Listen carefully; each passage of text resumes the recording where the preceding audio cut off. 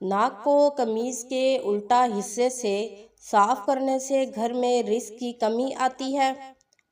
اگر دل میں گھبراہٹ ہو یا بوجھل پن محسوس کرو یا غصہ آیا ہو تو رو لیا کرو، کیونکہ اس سے دل کا بوجھ ہلکا ہو جاتا ہے۔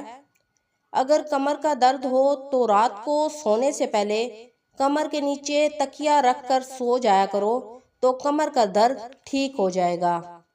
اگر حاملہ عورت دیسی گھی میں حلوہ بنا کر کھائے تو اس کی جسمانی کمزوری دور ہو جائے گی۔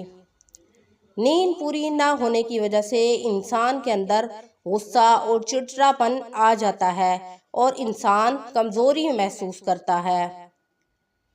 انڈے کی بدبو بعض اوقات برتنوں میں بس جاتی ہے۔ اس کو دور کرنے کے لیے 1 چمچ آٹا لے کر برتنوں میں ملیں اور دھو لیں، بدبو ختم ہو جائے گی۔ روزانہ 20 منٹ کی ورزش کرنا، اس سے زندگی میں کبھی آپ کو کینسر اور شوگر نہیں ہوگا۔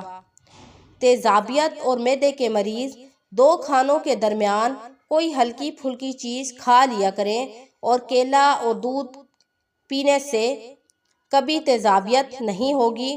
اور تیزابیت والے مریض کھانے کے دوران یا کھانے کے فوراً بعد پانی نہ پئیں۔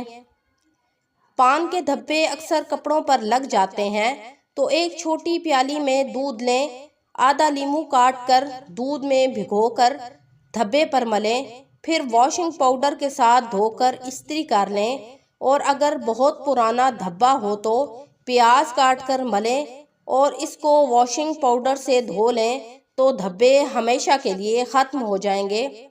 سمندر کے پاس رہنے کی وجہ سے تالے اور کنڈے وغیرہ بہت جلدی زنگ کھا جاتے ہیں۔ ان کو زنگ سے محفوظ رکھنے کے لیے ان کے اوپر 1 چائے کا چمچ سرسوں کا تیل اور 1 چائے کا چمچ مٹی کا تیل ملا کر اچھی طرح لگا دیں، زنگ نہیں کھائے گا۔ گھر میں بکریاں پال لیا کرو، ایک تو یہ ہمارے نبی کی سنت ہے اور دوسرا بکریاں گھر رکھنے کی وجہ سے رزق میں اضافہ ہوتا ہے۔ بادام پستہ کھانے سے دماغ تیز ہوتا ہے۔